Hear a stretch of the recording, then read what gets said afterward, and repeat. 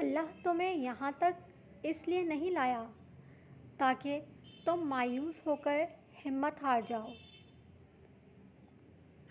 تمہیں کیا لگتا ہے کہ تم آج جہاں ہو وہاں بے وجہ ہو؟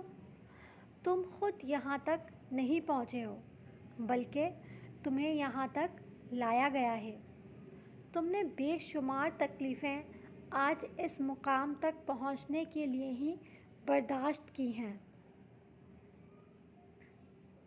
اتنا سفر طے کر لینے کے بعد آج جب منزل تمہارے سامنے کھڑی ہے تو تم کیوں ہار گئے ہو؟ اتنے کٹھن صبر کے بعد اب جب فیصلہ ملنے کا وقت ہے تو کیوں راستے میں ہی ٹھہر گئے ہو؟ اٹھو، اب تو سفر ختم ہونے کو ہے۔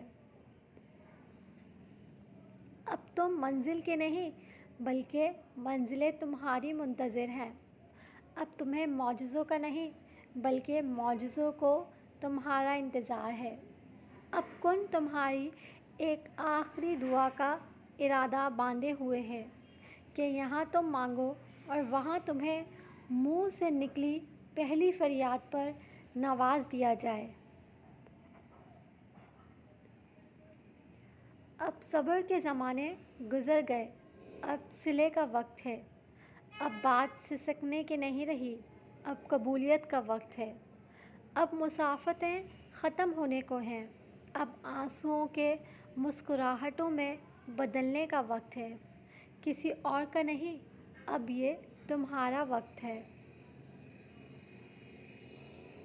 ہزاروں مایوس لوگوں میں سے اگر اس نے تمہیں دعا کی توفیق دی ہے تو پھر وہ کیسے تمہاری دعا کو رد کر سکتا ہے؟ جس نے دعا کا حکم دیا ہے اس نے قبولیت کا وعدہ بھی کر رکھا ہے۔ تو پھر